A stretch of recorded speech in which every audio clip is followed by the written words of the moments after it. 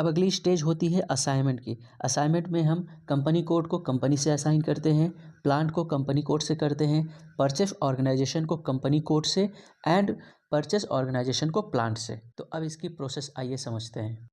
Assignment में जाऊंगा, just उसके नीचे फाइनेंशियल अकाउंटिंग में जाके सबसे पहले assign company code to company.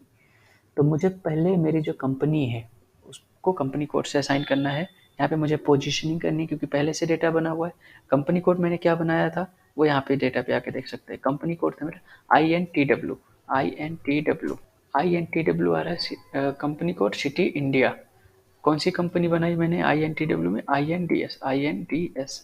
Inter करूँगा और कंट्रोल S कर देंगे। Data was saved.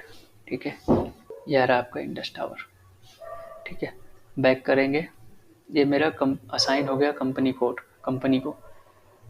उसके बाद फिर लॉजिस्टिक जनरल में जाके assign plant to company code. अब मेरा जो प्लांट है वो मुझे कंपनी कोड को असाइन करना है।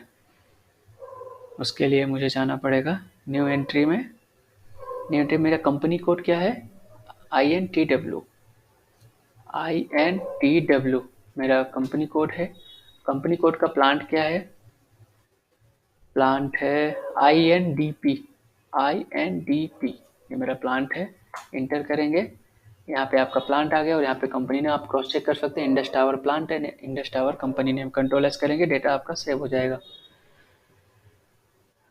उसके बाद बैक करेंगे, वापस जाएंगे।